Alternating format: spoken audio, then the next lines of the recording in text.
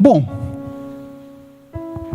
uma certa vez, eu estava em casa, jogando videogame, peguei o controle na mão, estava sentado na poltrona, e sabia intertido, realmente intertido, em passar de fase, em vencer, né, as adversidades daquele jogo.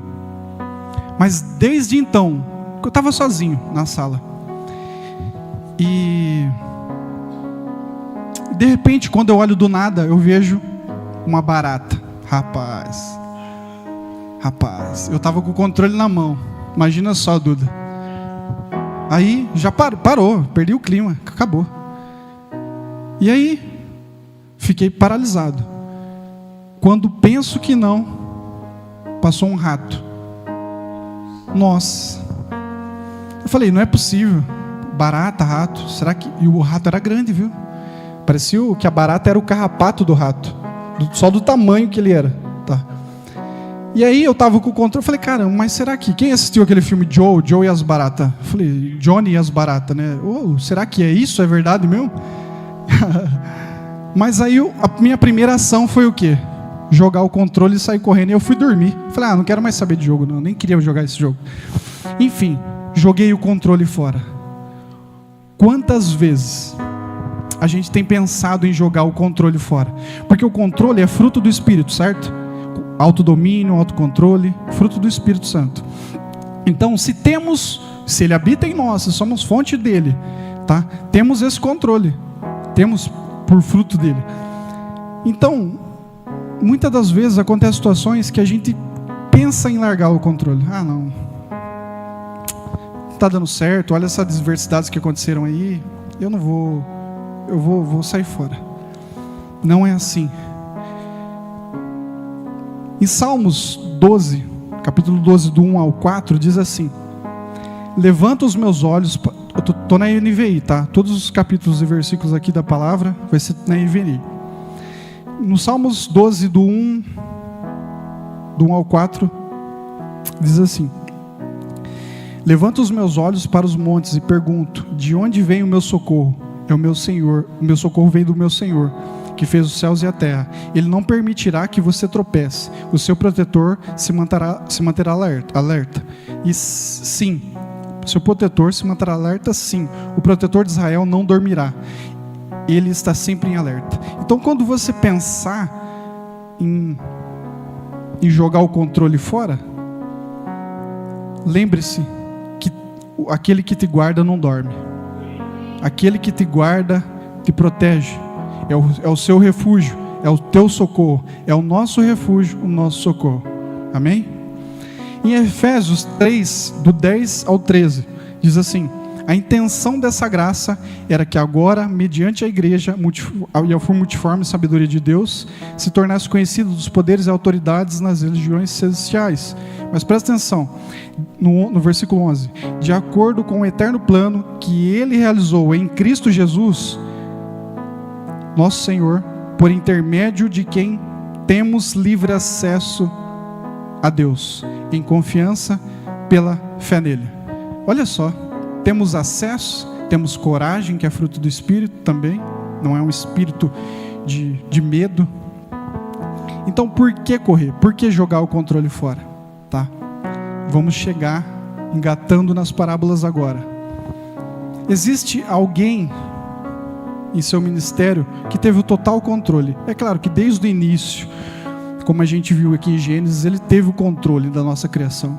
Criou um dia uma coisa, outro dia outra coisa, no sexto dia até criou nós, e aí descansou no sétimo. Então olha o controle, nos detalhes, o planejamento estratégico perfeito. Jesus, ele teve o controle, ele tem o controle. No seu ministério teve o controle.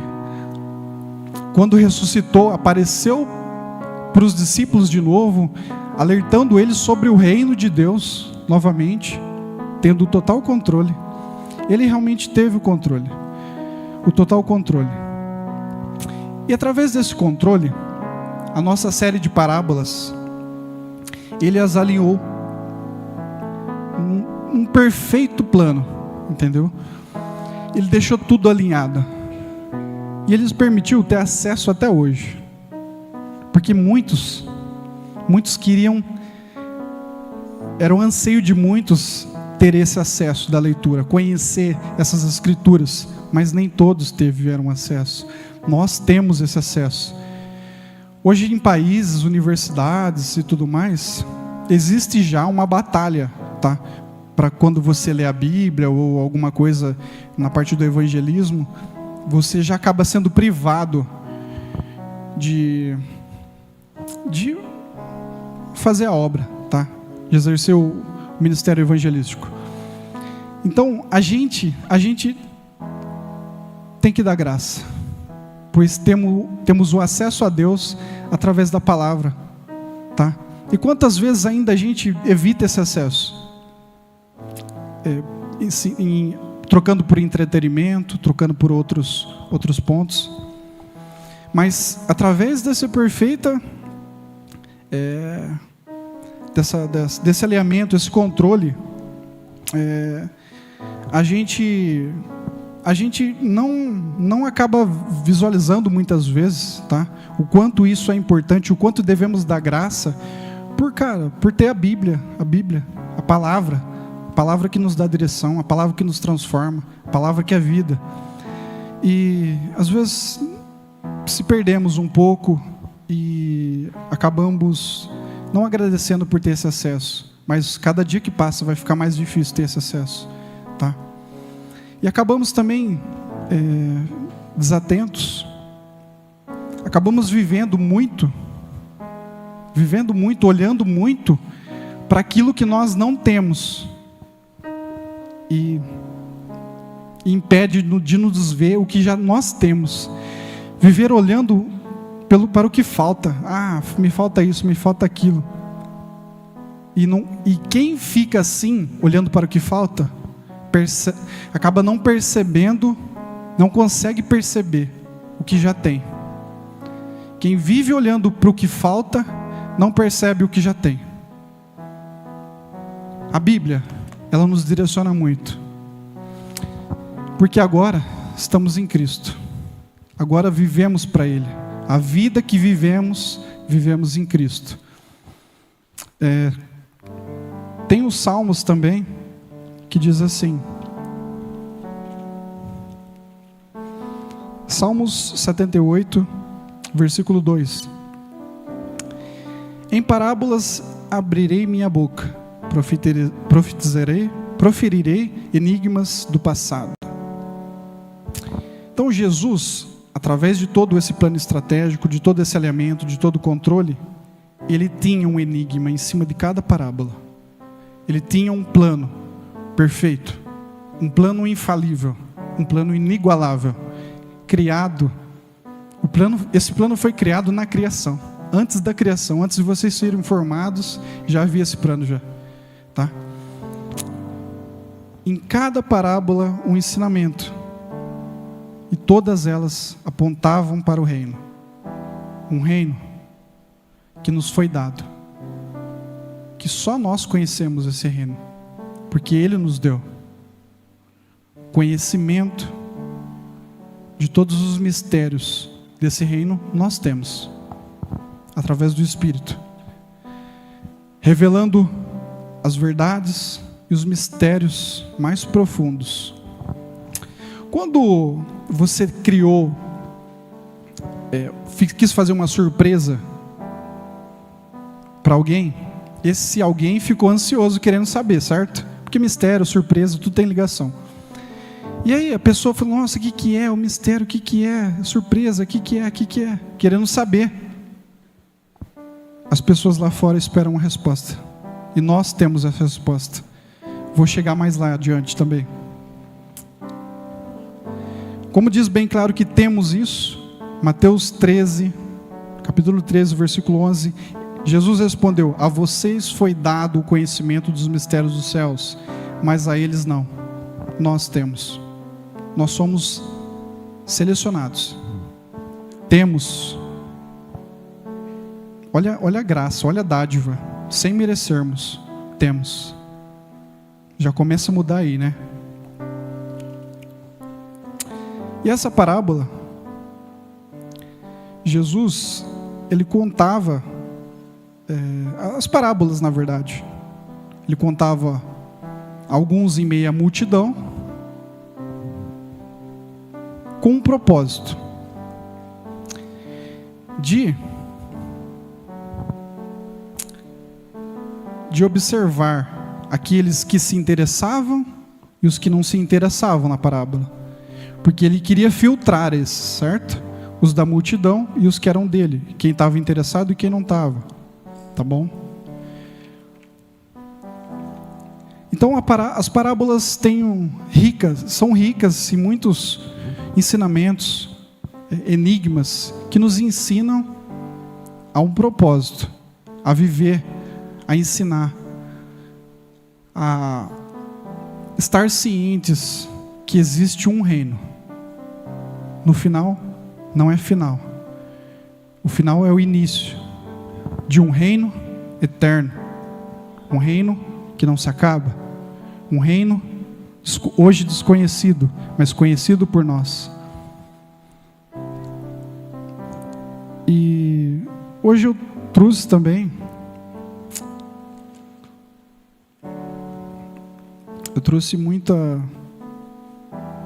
muitos pontos aqui que o Senhor mesmo me tratou comigo durante essa semana. Foram dias de muita adversidade, mas que eu aprendi a ter o controle. Muitas adversidades que eu sabia que, assim como na criação, eu sabia que poderia fluir, porque o Espírito habitava em mim, eu confiei, tá? E hoje, na parábola da rede, Jesus quer tratar muitos corações aqui. Quais corações que Jesus quer tratar? Levanta a mão aí. Amém. Jesus, ele ensina as parábolas. Certa vez na praia, tratando ali com os discípulos, no livro de Mateus há 7 parábolas, tá? E a 7ª parábola é essa da rede. Provavelmente, acredito que 4 parábolas, as 4 primeiras, Deus falava à multidão.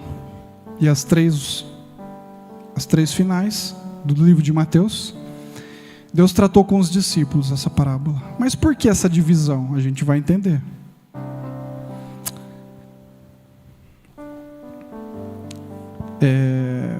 A parábola da rede está em Mateus 14, do 47 ao 50, que diz assim: o reino dos céus é ainda como uma rede que é lançada no mar e apanha toda sorte de peixe.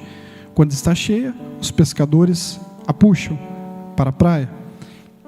Então se assentam e juntam os peixes bons em cestos, mas jogam os ruins fora. Assim acontecerá no fim desta era. Os anjos virão, separarão os perversos dos justos e lançarão aqueles na fornalha ardente, onde haverá choro e ranger de dentes. Então perguntou Jesus: vocês entenderam todas essas coisas? Vamos dar uma pausa aqui. Rede. O que será uma rede? É aquela rede que a gente coloca lá para balangar? Será? Não, não é essa. Eu sei que é bom, né, balangar às vezes, mas se tratando de um propósito, né, não é legal balangar. É se manter firme, sem balançar, entendeu? Diante do propósito, diante daquilo que Deus tem para vocês, confiado a vocês. Uma breve introdução. Naquele tempo, era o mais comum, todos os pescadores, né? Quem aqui já pescou? Levanta a mão aí. Ó, Guizão, hein? Rapaz. Lambarizinho, né? Era comum dos pescadores, naquele tempo, pescar com rede, fazendo um arrastão, tá? Uma rede que eles usavam tinha 2 metros praticamente de largura e 1,100 de comprimento, tá? Iam ali em 2 barcos, existiam formas de pescar, tá bom? Uns iam a 2, outros iam em muitos num barco também, amarravam, os que iam em a 2 amarravam um lado de uma rede num barco, os que iam e o outro lado ia arrastando, fazendo aquele arrastão mesmo, sabe? E esse era o mais comum de todos. Naquele tempo havia muitos pescadores, tá? No hebraico, rede significa rishit,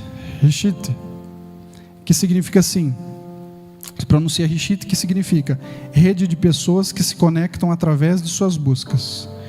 E no latim, rede significa hit, rede para caça ou para pesca. Percebe que há uma conexão, né? Do hebraico que diz que conectam através de buscas e uma rede de caça ou pesca. Existe uma conexão. Fui mais a fundo. Pesquisei também o que significa conexão. Conexão em latim significa conectar, que é atar. Sabe quando ata? Junto. Atar um ao outro. Amém? Então, esse é o tipo de rede. Existem relacionamento, atar, aliança, conexão. Esse é um tipo de rede. E como eles levavam essa rede? Juntos, em 2 barcos. Se foi em um barco, eram mais pessoas, tá?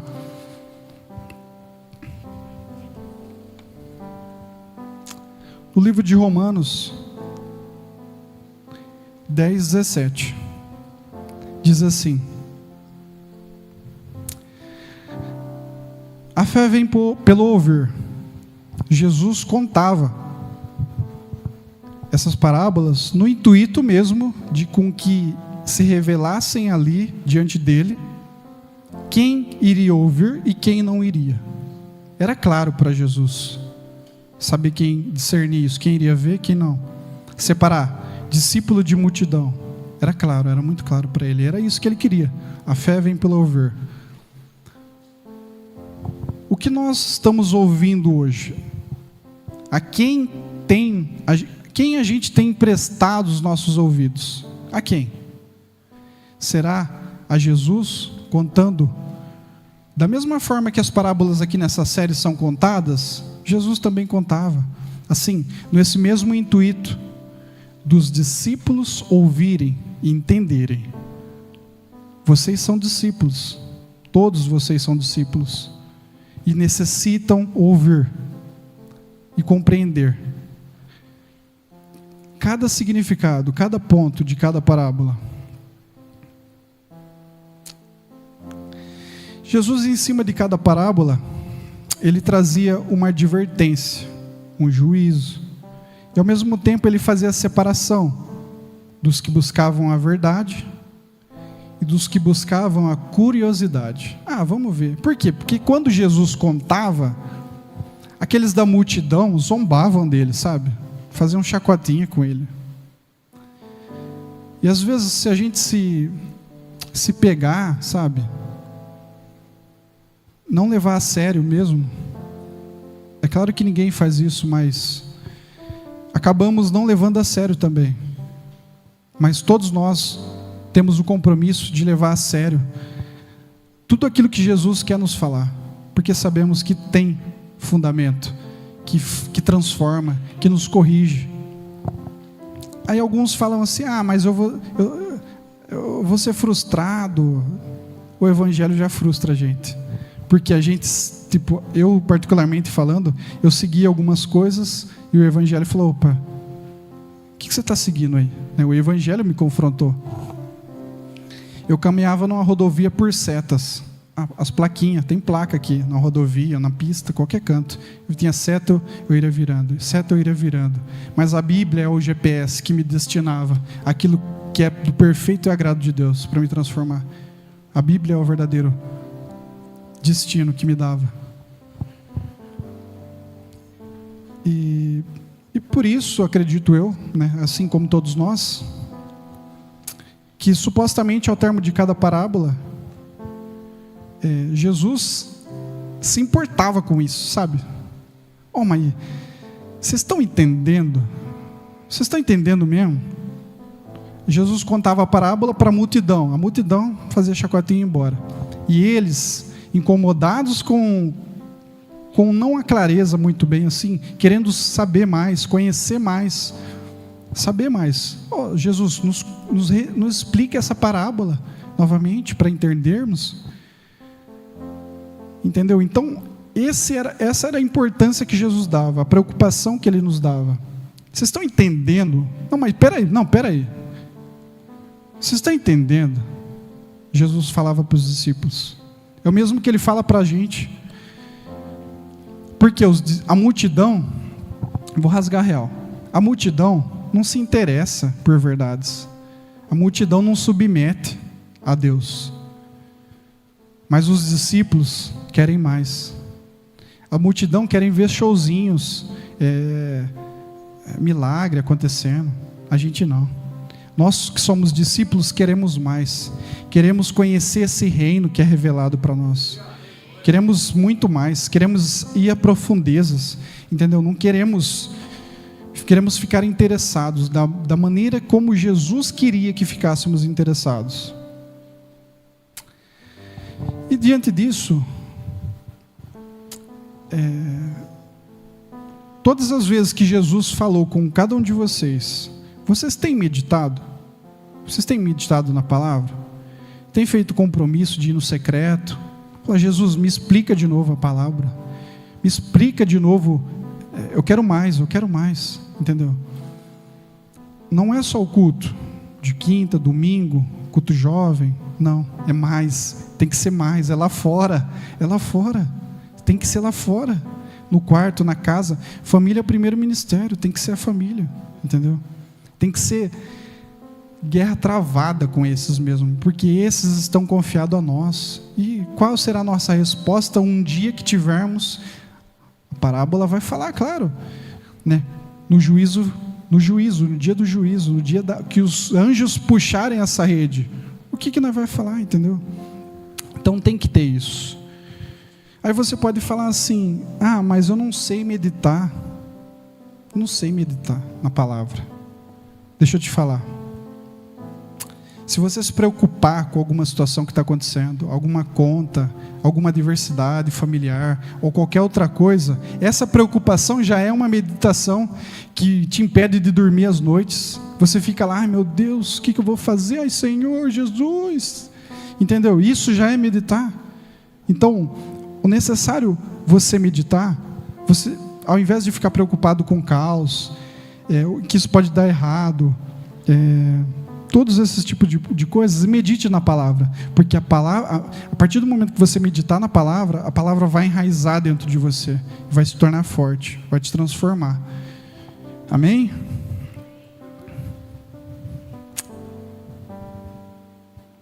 Vocês estão entendendo? É assim que Jesus perguntava para os discípulos. E quem são discípulos? Tem discípulos aí? Glória a Deus, hein?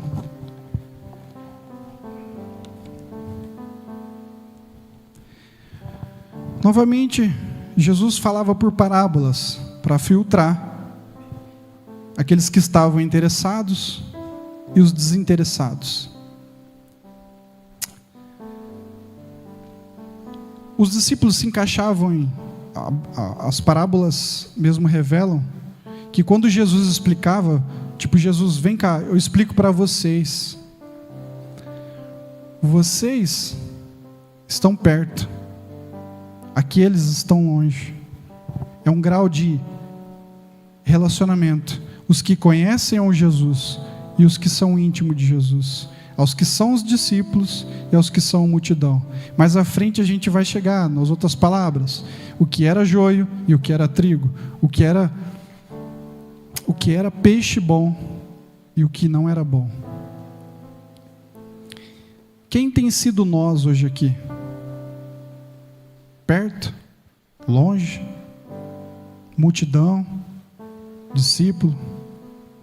Jesus procura por adoradores, ainda dá tempo. Vamos se atentar cada dia mais para isso que Jesus quer nos mostrar. Pois nós, discípulos, não devemos ter um padrão de multidão. Nós, discípulos, não podemos se contentar só com milagre. Não podemos se contentar em ouvir só parábolas, com shows. com historinhas. Isso é para a multidão. Nós queremos mais. Quem quer mais aí? Quem quer mais? Quem quer mais? Glória a Deus.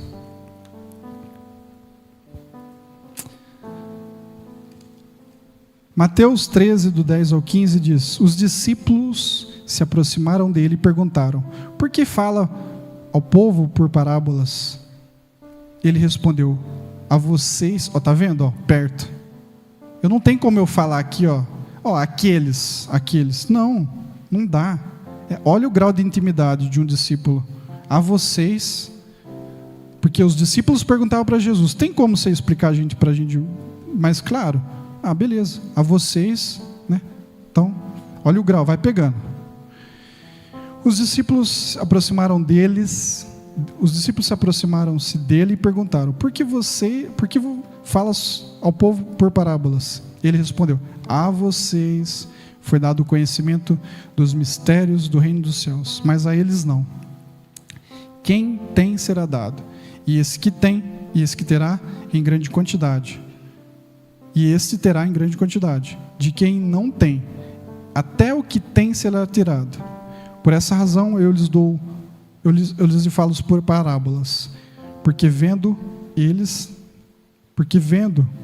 não veem, e ouvindo eles não ouvem, e não entendem, nem entendem. Neles se cumpre a profecia de Isaías. Profecia de Isaías 6, quem quiser gravar aí, está no capítulo 6, do 9 ao 10.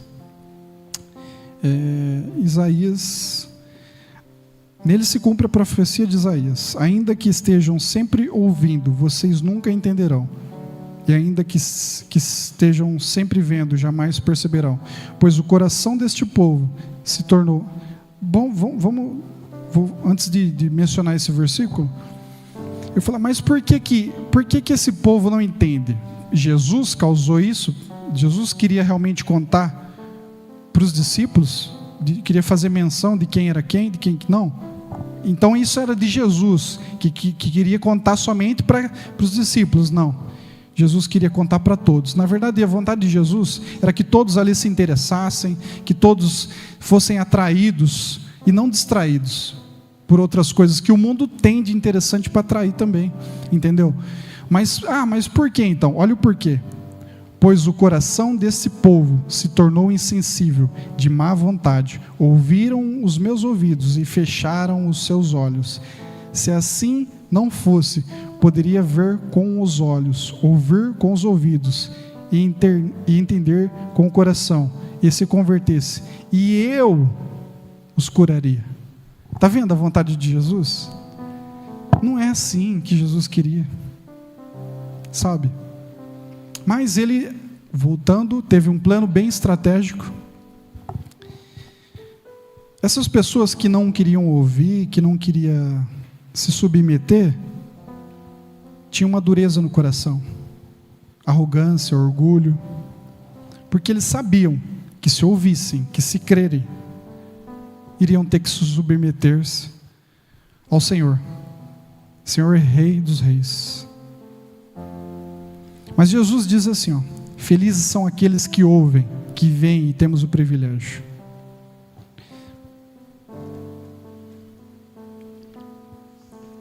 Felizes esses os que ouvem, que veem e que têm o privilégio. A gente vê, a gente ouve. Olha que privilégio, olha que privilégio. Mas existe uma responsabilidade também.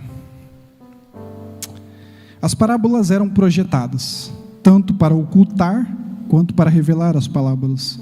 Destinavam-se a esconder as verdades daqueles cujos corações estavam endurecidos para com Deus, e feitos para revelar a verdade espiritual, para que aqueles cujos corações estão abertos para Deus.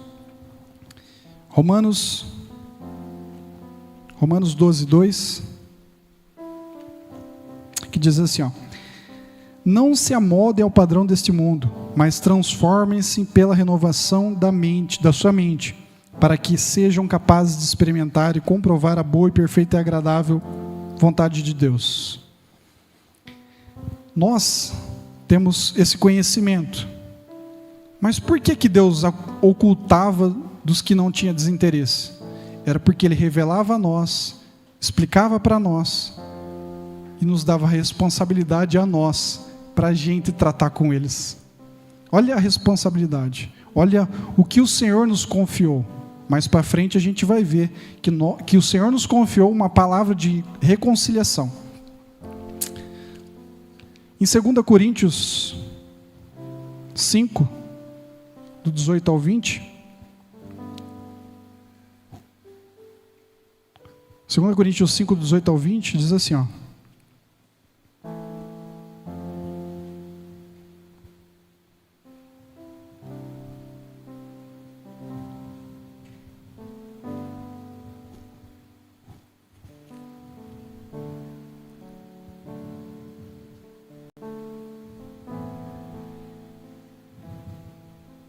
Vou deixar esse aqui para depois. Vai dar mais um grau.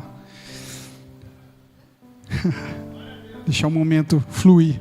Deixa fluir, galera. Deixa fluir. Isso aqui vai impactar. Vou guardar para depois. Depois. Então, por isso, Jesus se importava com seus discípulos. Entende essas coisas? Você entende que Jesus se importa com você? Você entende? Quem entende que Jesus se importa? Aí, amém. Mas dando continuidade, por quê? Porque Jesus queria estar convicto que vocês entenderam. Ah, beleza, eu contei, expliquei, eles entenderam, então beleza. Tá? Na parábola do semeador, que diz assim, ó, Mateus 13, 23. Mas aquele que recebeu a semente que caiu em boa terra, e o homem a ouve, a palavra e a entende, produz uma colheita, produzindo 100, 60 e 30 vezes o que foi semeado. A semente que cresce em boa terra representa aqueles que ouvem a palavra e entendem a palavra de Deus. Assim, Jesus, primeiro que se certifica que os discípulos entenderam as parábolas, para que possam sair e produzir uma boa colheita. É isso. Nós temos que entender para poder sair e fazer uma boa colheita. Aqueles que não entenderam, entendeu? É um lance de entender e não entender, mas nós entendemos. E aqui eu separei o plano da rede, já encaminhando para o final, quase.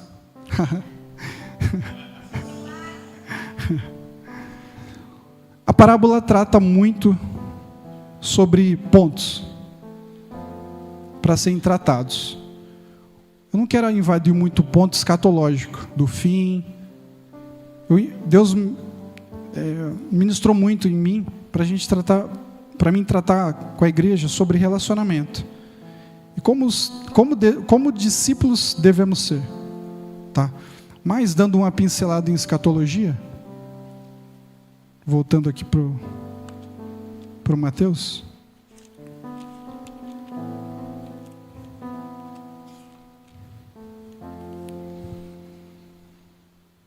O reino de Deus é como uma rede lançada ao mar e apanha toda sorte de peixes. Quando está cheia, os pescadores puxam para a areia, para a praia, né? Então, não é nós que iremos puxar essa rede para a praia. Não é nós para a areia da praia. Não é nós. É Ele que um dia vai puxar. E se atentarmos também, isso acontecerá no fim desta era. Os anjos virão e se separarão os perversos dos justos. Outro ponto é que muitas vezes a gente pode acabar separando em quem queremos lançar a rede, no grau evangelístico, evangelizar, e em quem não. Por conta de uma frustração, por conta de não se dou bem, por conta de qualquer zombaria também, por qualquer mágoa que é guardada, por qualquer outra coisa. Mas Jesus nos ensina aqui nessa parábola que não devemos separar esses peixes. Não devemos separar em quem devemos levar o evangelho e quem não. Entendeu?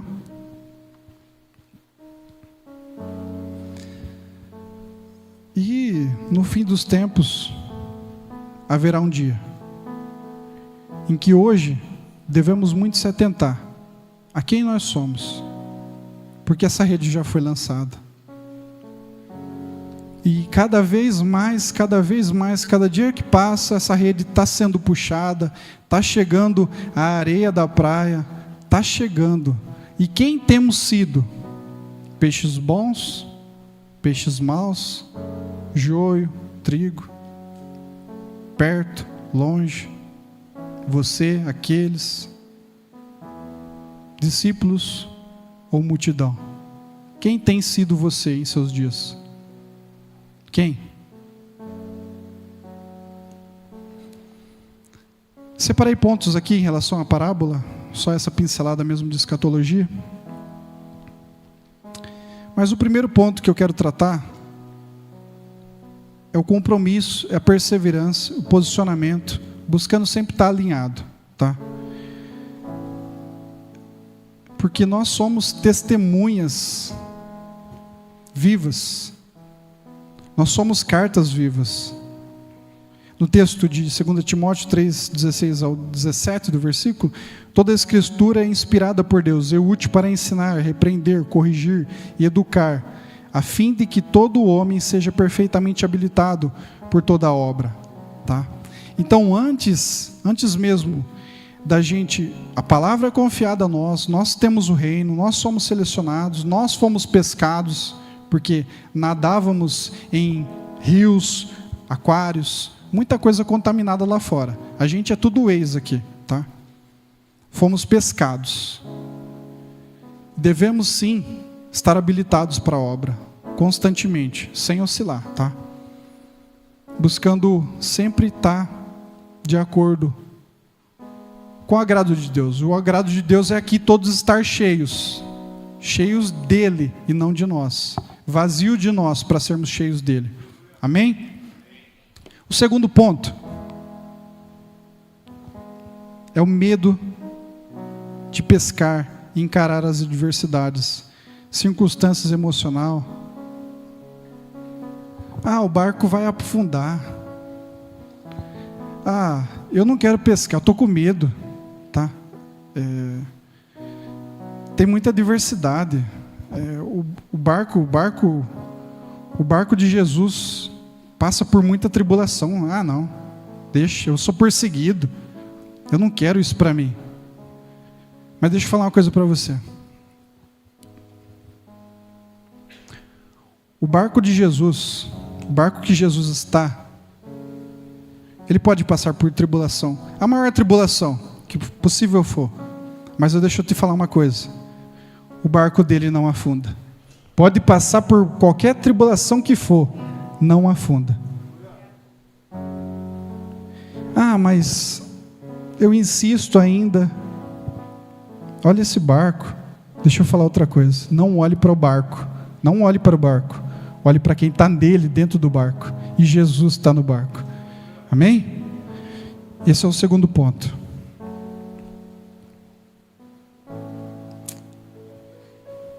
Mateus 8, do 23 ao 27.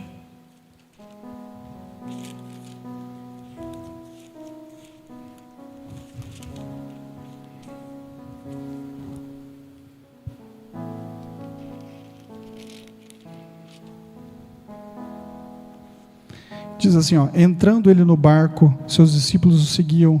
De repente, uma violenta tempestade abateu sobre o mar, de forma em que as ondas inundavam o barco. Jesus, porém, dormia. Os discípulos foram acordá-lo, clamando: Senhor, salva-nos, vamos morrer. Ele perguntou: por que vocês estão com tanto medo, homens de pequena fé?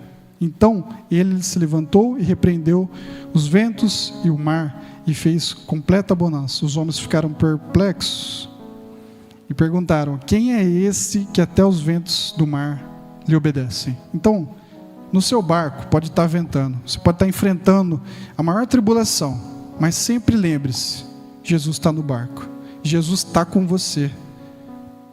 Amém? Aleluia. O terceiro ponto, tem 7 pontos, tá? Então já estamos no terceiro, finalizando. O ego de querer ir pescar sozinho. Eu vou pescar sozinho. Eu quero pegar minha varinha, meu bornazinho e pescar sozinho. Põe a botina, chapéu e pescar sozinho. Sozinho. Vai ser na margem. Na margem. Com a varinha. Deixa eu te falar. Na superfície não dá peixe. Jesus mandou os discípulos para o fundo. Vai para o fundo. Não existe peixe na margem. Lucas 5:4 diz assim: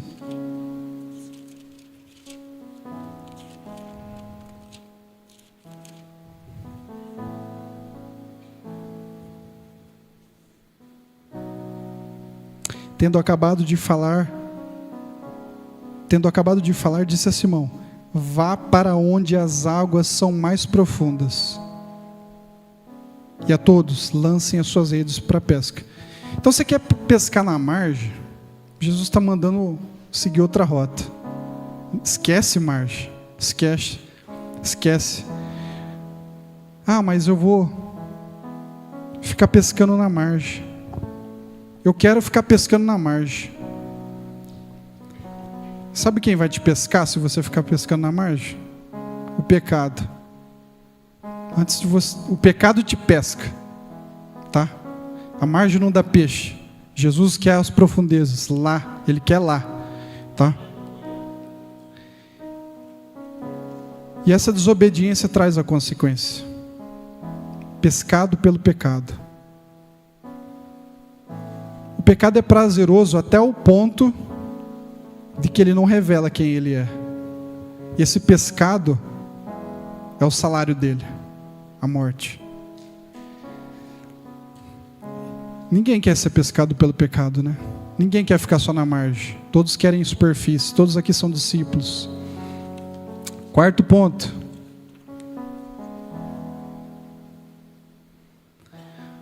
Os discípulos que pulam fora do barco. Mediante as situações que acontecem diante da pescaria, os discípulos até obedecem ao Senhor. Vão às águas mais profundas. Pesca sempre do mesmo lado. Não muda. E ainda questiona o Senhor. Senhor, mas o Senhor mandou pescar nas águas mais profundas, eu deixei a margem, eu joguei minha varinha fora, eu fui de rede, mas não peguei nada. Eu não peguei nada. Você está falando coisa, né, que não tem sentido. Sabe o que Jesus fala? O Senhor fala assim: pesca do outro lado. Existem dois lados de pesca: carne e espírito. Se você está pescando do lado da carne, fazendo as vontades dela, não tem como o espírito fluir. Não tem como. Não tem como sair da mesma fonte água doce, água salgada, água amarga e água doce. Não bate, entendeu? Não tem conexão. E necessita essa clara visão, entendeu? De pescar realmente, de quebrar a varinha da carne. Devemos parar, porque a carne não traz destino algum para nós. Traz sim, pelo contrário, a morte. E os frutos do Espírito, né, é que dá direção a nós. O quinto ponto: que os peixes nadam os peixes nadam. Esse nadam significa andar, tá? Então os peixes andam em cardume. Esse é o padrão deles. Sempre eles andam em cardume. Esse é o padrão dos peixes. Nós também somos peixes, mas temos que andar num padrão diferente. Nós temos que andar num padrão de unidade, num padrão de santidade. Esse é o nosso padrão, entendeu? Não somos qualquer peixe, não somos. Se não for assim, a gente acaba não sendo uma unidade, pegando outra rota, se tornando peixes, que se desviando da unidade, encontrando outros peixes. Olha só a gravidade disso aí. Peixes contaminados. Acabamos se contaminando com outros tipos de peixes. E quer que eu fale para você qual tipo de peixe que você pode se contaminar? É com os peixes que não tem barbatana e que não tem escama. Esses são os piores peixes. Peixes detestáveis. E como faz para ser peixe assim? Nem queira saber. Porque esses peixes são jogados. Não fazem parte.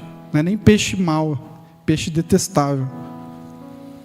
São eles da impureza, que praticam, que sabem que é pecado, que levam o caminho contrário daquilo que Deus quer, mas tem o prazer de exercer, de praticar, tá? Sexto ponto.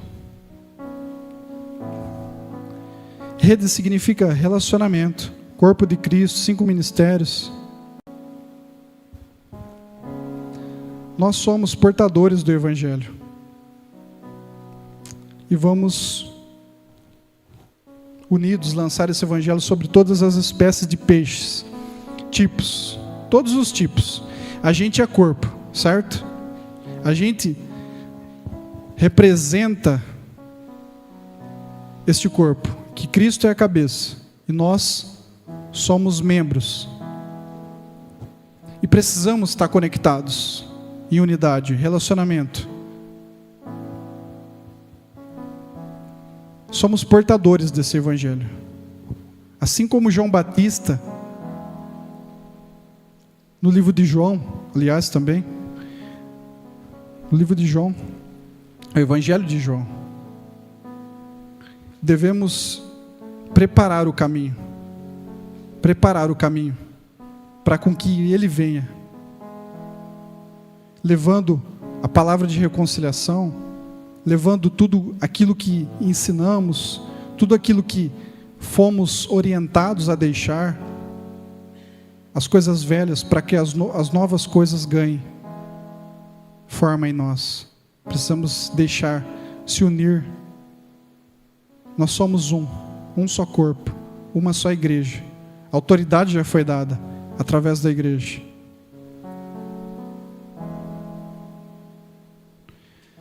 Vocês são cartas vivas, como num outro culto já ministrado pelo pastor Jean. Nós somos cartas vivas.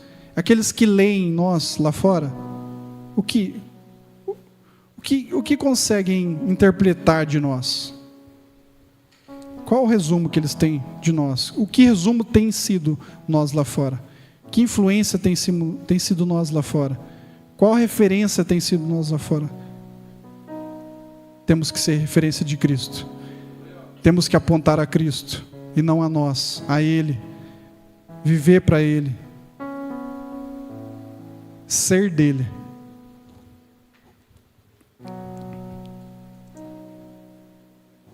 Abre para mim aí 2 Coríntios, olha o que eu segurei.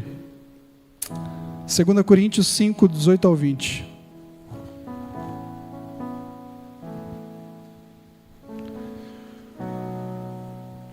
Tudo isso provém de Deus, que nos reconciliou consigo mesmo, por meio de Cristo, e nos deu o ministério da reconciliação.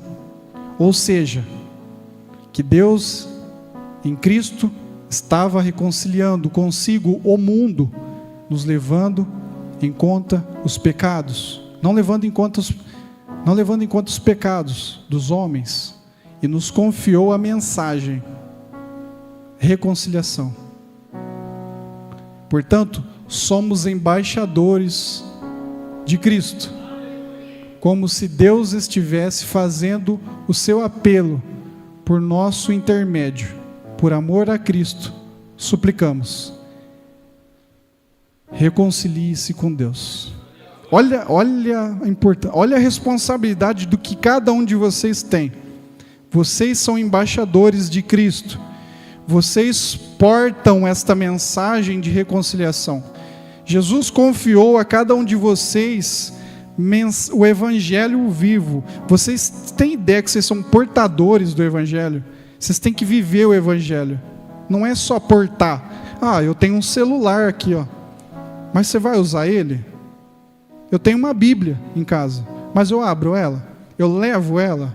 Eles não conhecem, porque os corações deles estão endurecidos, e nós precisamos levar essa mensagem, porque assim como nós fomos reconciliados com Deus, eles também sejam. Entendeu? Vocês estão entendendo? O penúltimo ponto.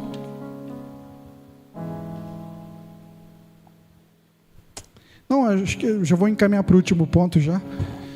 Mas, através desse ponto, portando o Evangelho, tendo essa palavra de reconciliação confiada a nós.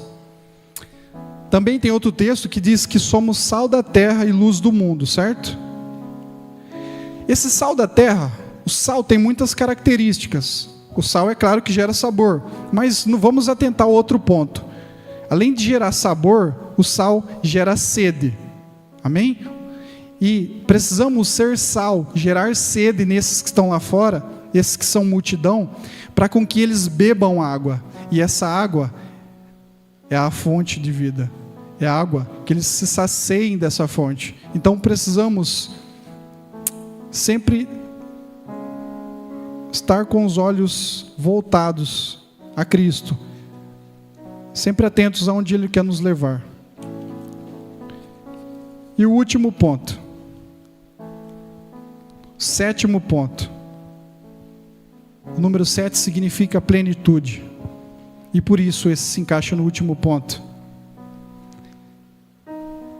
Jesus é o pescador. Jesus sempre foi o pescador. Eu estou aqui para revelar nessa noite, Jesus, Ele quer revelar no seu coração que Ele é o pescador, que Ele pescou você da onde você estava nadando lá, Ele retirou você daquele... E aí, Theo? Jesus pescou você, hein? Jesus pescou cada um de vocês aqui. Cada um de vocês carrega uma história incrível, inspirada, que inspiram pessoas, que transmitem pessoas, e precisam ser anunciadas. Como eu sei disso? Como eu sei disso? Que Jesus é o pescador. Olha toda a história. Vamos alinhar toda a história. Vamos fazer um tour pela Bíblia agora.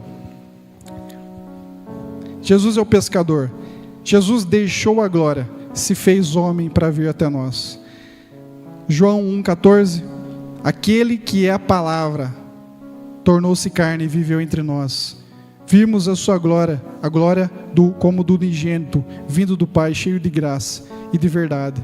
Ele viu nossas condições, Ele veio até nós para nos buscar. Ele viu que estávamos nadando em outros rios, rios contaminados, rios que não eram do agrado, e Ele veio até nós para nos tirar, deixando a glória, se fazendo pequeno, para vir até nós. Outro fato. Jesus nos libertou de rios sujos e aquários contaminados, resgatou, nos pescou.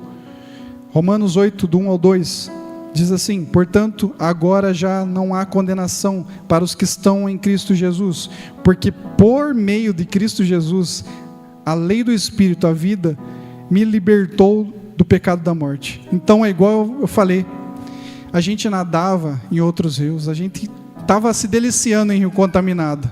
Ai, nem sabíamos, mas Jesus é o pescador que nos pescou. Amém? Contaminados pelo pecado de aquários sujos, nos livrou da condenação com sacrifício na cruz, pagando um alto preço e nos justificando através do seu sangue. Coloca aí para mim, Romanos 5, do 1 ao 11.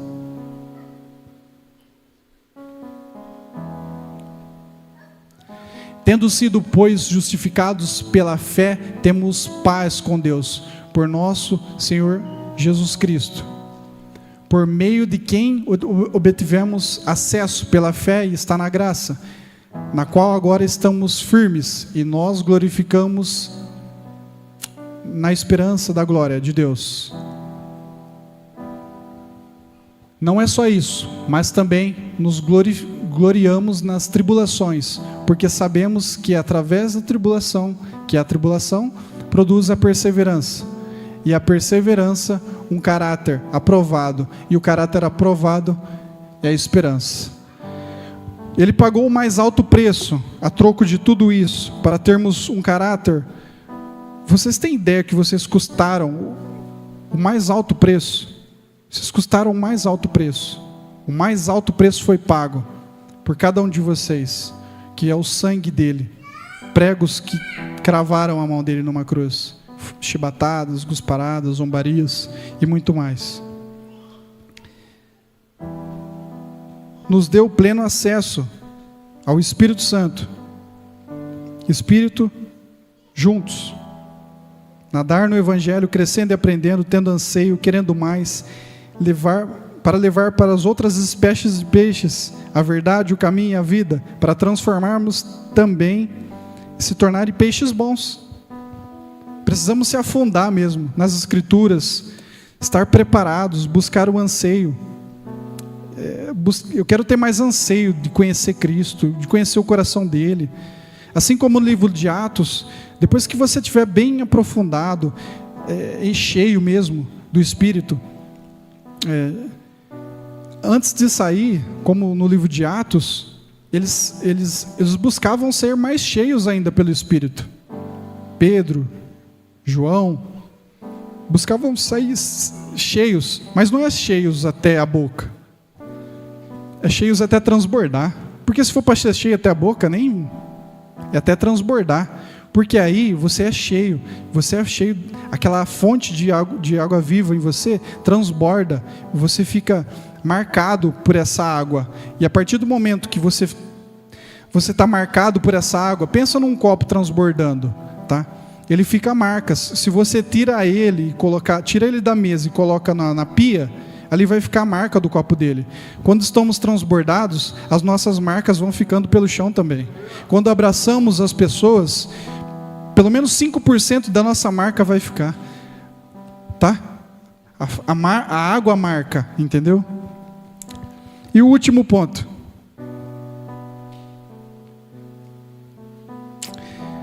Jesus vai voltar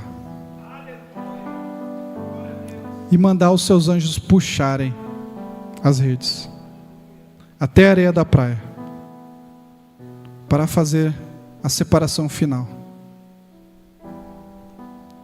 Jesus não amassou a toalha, ele dobrou ela, deixou dobrado, significando que ele vai voltar. E quando ele voltar, dará ordem aos anjos para puxar essas redes.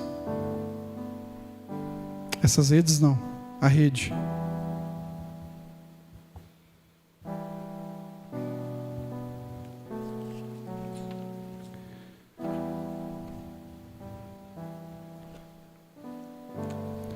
Quem tem sido nós? Quem nós somos? Cada dia que passa como um relógio é um dia a menos. Cada dia que passa é uma puxada de rede. Um dia a menos. Ainda dá tempo.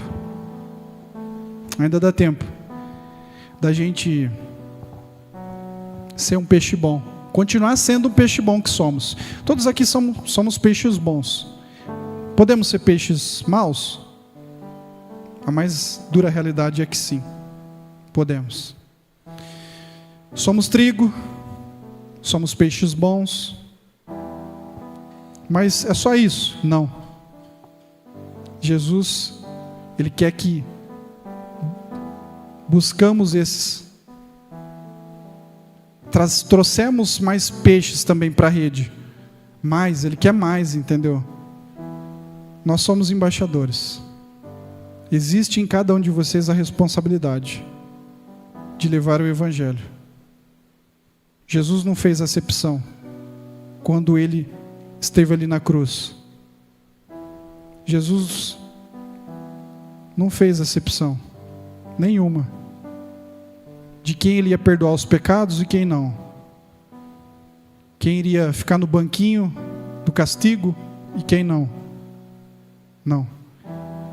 todos foram sarados, todos foram reconciliados, mas existem aqueles que não querem fazer parte, acabam vivendo suas próprias vontades. Mas Jesus é a palavra, e a palavra transforma. Que sejamos transformados nessa noite, não somente nessa noite, mas todo dia, na leitura, em quem somos, revelando nossa identidade àqueles, pois o mundo precisa, o mundo espera uma resposta, e a resposta é nós que levaremos até eles, em nome de Jesus, amém? Jesus é a vida, Ele é o pão, Ele é o caminho. Os outras opções de caminho são atalhos que não levam para lugar nenhum. Ele é o caminho, Ele é a verdade e Ele é a vida. Em nome de Jesus, que nesta noite essa palavra fique enraizada no coração de cada um de vocês, para com que sejam discípulos interessados em levar esse evangelho, em espalhar esse evangelho, para onde passarem, deixarem suas marcas, revelando quem são, que são filhos. Vocês não são órfãos, vocês têm um pai, o pai adotou. Vocês necessitam ser transformados dia após dia.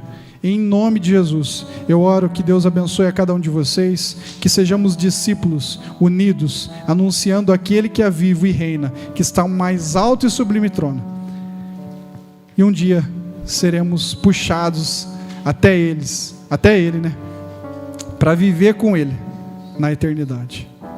Jesus merece uma salva, um brado fortíssimo de aplauso.